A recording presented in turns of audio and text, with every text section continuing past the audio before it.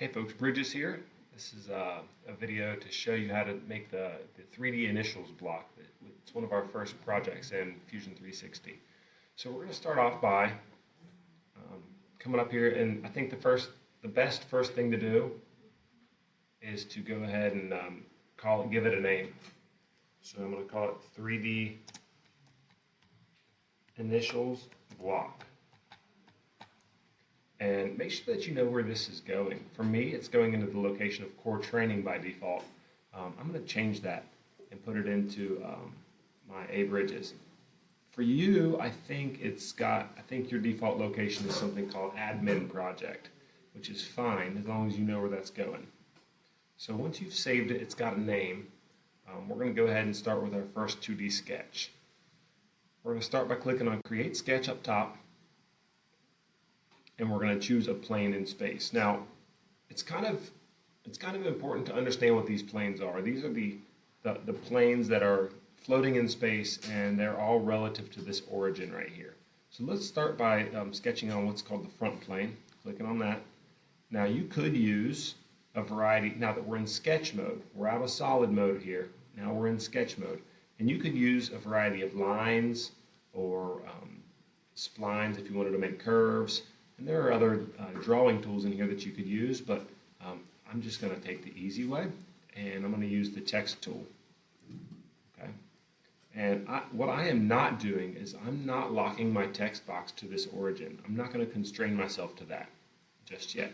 So I'm going to just choose a random place in space, click once, and move my cursor and click again. Now I am in my document settings do say inches. If yours don't, you might think about changing them right now using this tool here to inches. So I'm in inches. I'm in I created a text box, but I think it went away. So let's try that again. Let's create a text box, and I'm going to just make it about that big, whatever. And in my text box over here, I'm going to put my first initial, which is A. Now that's not a very big A. In fact, it's only about 0.3937 inches. So let's scale that up and make that 1.5 inches. And we'll say OK. Now that's just a 2D shape floating out in space, and I can see that if I click on the corner of my block, my view cube here, or if I click on the home view, it goes out into space and it shows me that it's flat. See, just two-dimensional. You can't see it from the side, can you? So now let's give it some depth. So I'll say finish sketch. That's all we need is just that A, and we'll give it some depth by using the extrude tool. And what an extrusion is it takes that profile, that shape, and it just pushes it back or forward a certain amount. Okay? If I come forward with it, it's coming out in the positive direction. If I push it back, it's going back in the negative direction. You can see that over here. Or actually, it might be a really good idea to go forward and backward. And the way that I do that is to change it from the direction from one side to symmetric. Okay. And I want to come forward and backward. Okay. A total distance, not the half length, but the total distance of, let's make it wide enough for my next. I don't know what I did just there. I rotated it. I'll undo that. Once again, I'll extrude it symmetrically with an overall distance of, I don't know, 2 or 3 inches. Call it 2 inches total. And I can do that right here, 2 inches. That's a nice size A. Okay, so the next thing that I'm going to do is I'm going to sketch another 2D sketch on a perpendicular plane. And the way that I do that is with the sketch tool.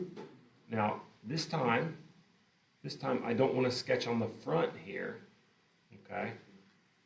I want to sketch on, there's my origin. The first time I sketched on the front, I don't want to do that again. This time I want to sketch on the side. So now I'll line up on this side over here. Okay? And you can see this is the bounds, this is the height of my A. So I want to be within that area. I'm going to go to Create once again in Text, and I'm going to line up my box right on the top of the side of my A. So I'll click maybe just inside as close to the line as I can, and I'm going to go right there. And the letter that I'm going to type in this time is going to be a B. That's my last name, starts with a B. And the height is the same, 1.5. Now, I'm going to say OK. Now, some of you, I've got my second period in here right now. Some of us, we had a problem with our extrusion, okay? It's not going to come out right if it's not quite lined up. So I'm gonna leave mine like that. I'm going to purposely make a mistake on mine, okay? Now my A is going to be a little bit lower than my B. If it's not lined up perfectly, the extrusion will not come out right. So let's try that and see what happens. If I go to finish sketch, I always look at it from a 3D point of view before extruding. And then I click the extrude button, and then in this case I'm going to push it back this way to intersect. Now when it turns red, that is a sign, that is an indicator to you that it's doing a cut operation. And we don't want to cut through that letter A with the shape of the B. Instead we want to keep where they intersect. So that's what I'll choose here. And when I do that, you can see what's left is just the intersection of the A and B. And when I click OK with that, you can see, oh, we have a mistake here, and that's okay. We were expecting that, weren't we? Now, several of you have had that same problem, yes? Does that seem familiar? Okay, let's look at how to change that. Let's look at how to fix that. What we want to do is we can look at our timeline history down here in the bottom. We started with a sketch. We extruded it back. That doesn't really look like much right there.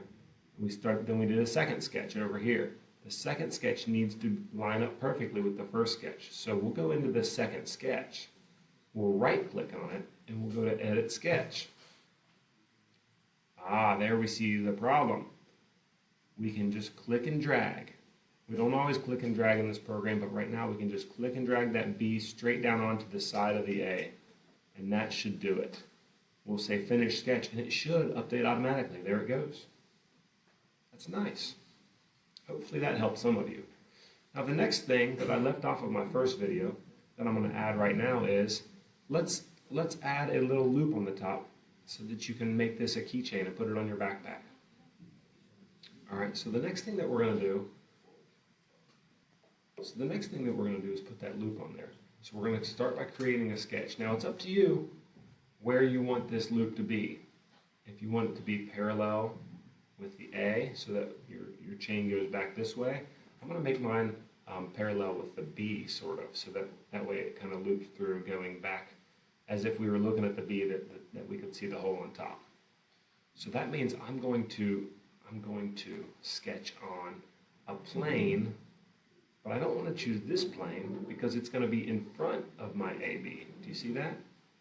So actually what I'm going to do here is I'm going to get a little bit more advanced on you. I hope that this doesn't confuse you. What I'm going to do is I'm going to create a plane on which I will sketch in a minute. And that's over here, offset plane. If I choose, instead of offset, I can actually come down here and I can choose mid-plane right here.